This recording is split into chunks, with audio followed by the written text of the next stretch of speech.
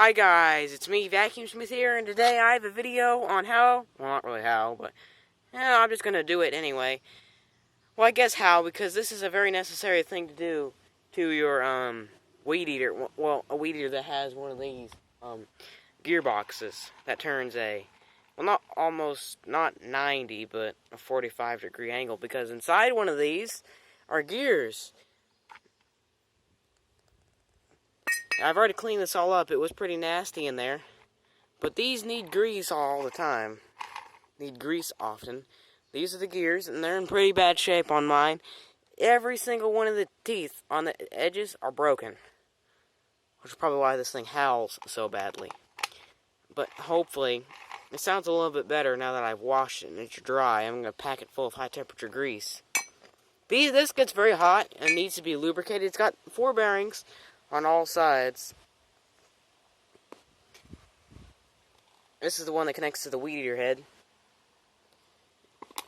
And here's the case. Doubles as a pan to hold the grease. It goes all in here. So you have to grease all of it. And you have to to get to this point, you have to take your weed eater basically all the way apart. But luckily on this one, has an easy link. So you can just disconnect half of the weed eater shaft instead of the whole thing. And this gearbox came from the same weed eater that you saw in the 10 ways to destroy a laptop video, and when I got this thing running. And if you guys heard, this thing howls really loudly, like it's a loud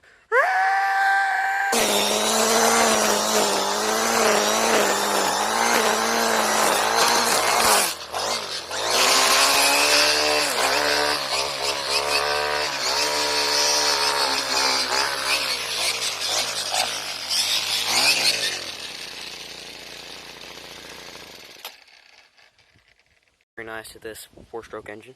And all of the Chromebook destroying grass, you would have heard the gearbox, or transmission, no, gearbox, that's what it really is, whine. Like, it sounds like an cheap RC car. And I was bored, so I was like, I'm gonna go take that apart and see if I can make it work better. Not expecting to actually be able to take it apart as successfully as I did. And I was pleasantly surprised to find all this. So let's pack this thing completely full of grease. And I mean completely. So here's how we're going to do this. So you can't just do... So the way to do it is not to just... Okay, we're done. No, that's not how you're supposed to do it. I should not have put it on the dirt. Crap. I'm so stupid. Now that I moved around, so now I can just put that on the towel and it won't get dirty, at least as dirty. Anyways, so here's how we're going to pack this with grease. So you don't just put a little bit on there and then call it a day. It's just not enough. This thing is under an extraordinary amount of load. This thing is under so much load and speed that it gets so hot that when they was making this weed eater, they felt the need to put a hot logo. The only place you find these are on exhaust manifolds. Well, on exhaust shrouds, but anyways, you get the point. This gets really hot. So we're gonna put some grease, high temperature grease. It's very important for high temperature grease because it's high temperature and it looks like the grease is separating a little bit at the bottom. Anyways, so what we need to do is we need to just get a nice big handful. We're gonna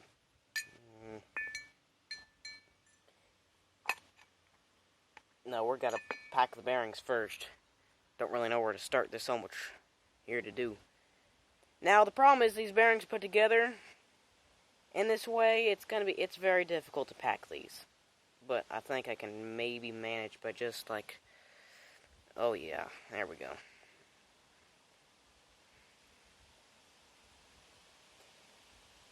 They did not make this easy to do, did they?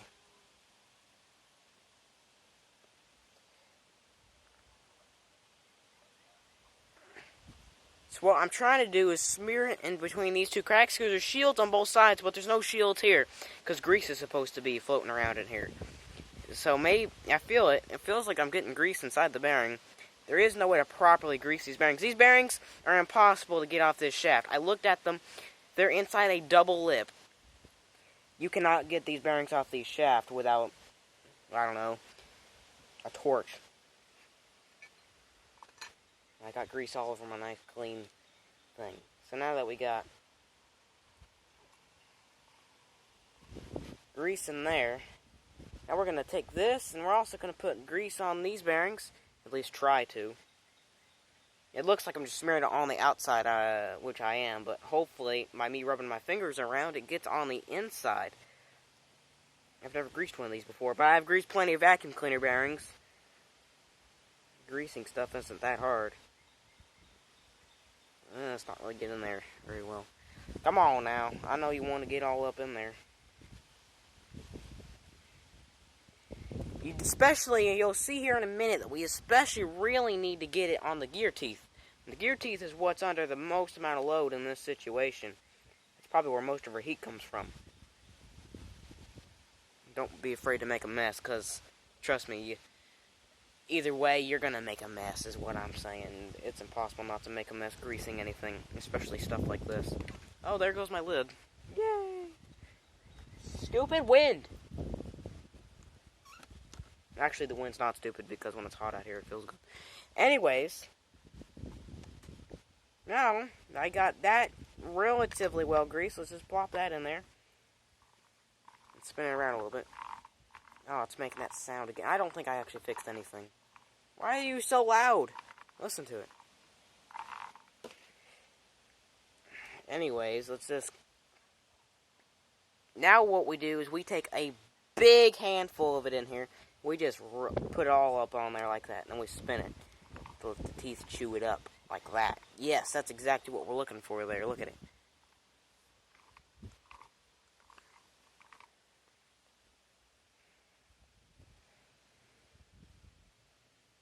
Get some more.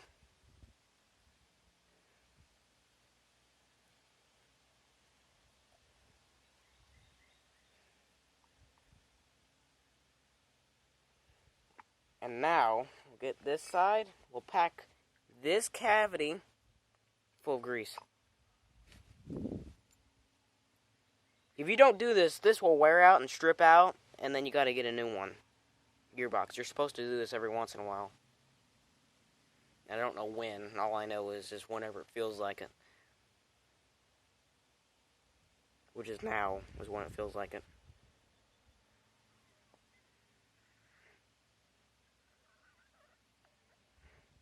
There you go. And now we can close her up.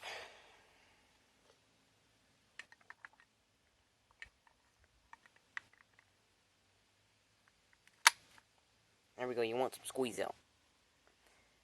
Yes, that's how you know you did. Oh, it actually is quieter. Okay, now let me just clean up this as good as possible, and... Oh no, all my fingers are covered in grease. I'm going to touch the button. Okay, so I got this thing all back together with the 3 bolts holding it together. Yeah, that's all it's got holding it together. Well, the guard also holds it together, too. Because it latches on here, here, and here. Because this whole thing splits apart like a dustbuster. But the guard holds it together a little bit more. Not very much, because it's plastic. But, I got this thing really well greased. It sounds quieter. A little bit quieter. We're about to find out when I hook this thing up and start digging it into the dirt. Oh yeah, I'll spare the time and just give you not a finger flick, because I can never do that right with my editing skills. Anyways, I'll just cut to when it's all back together and spinning. No joke.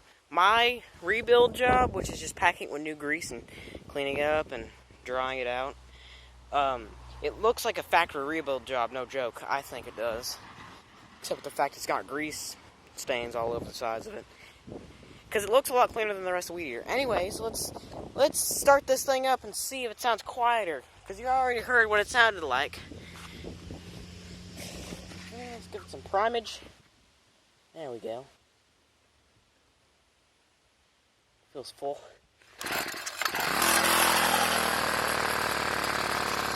Well, I still heard it. It came to a stop faster.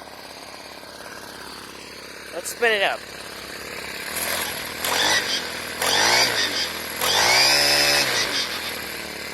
It does sound a lot better. Let's give it a try. Hold on, we gotta make some more string come out though.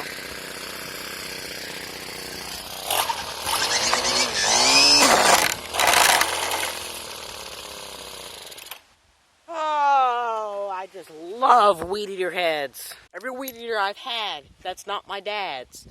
The weed eater heads suck. That Red Max in there, its weed eater head sucks. The weed eater I had before this, its weed eater head was really bad. And even this thing is supposed to be one of those good weed eater heads, the ones where you stick the strings in through the sides of the holes and you twist it up and it magically sucks it in. Yeah, it's jammed. Okay, so I got new weed eater string in it and it jammed again, but I just kept on turning because I'm fed up with that weed eater head. I get frustrated with weed eater heads real quick. Anyways.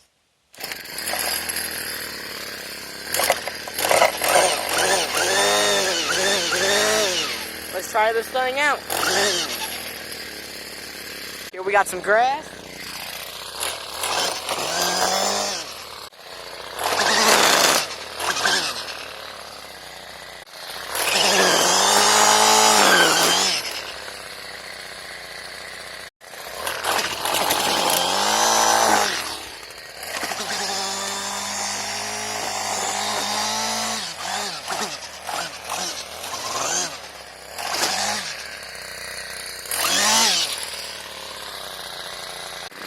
Well, bye guys, and see you next time.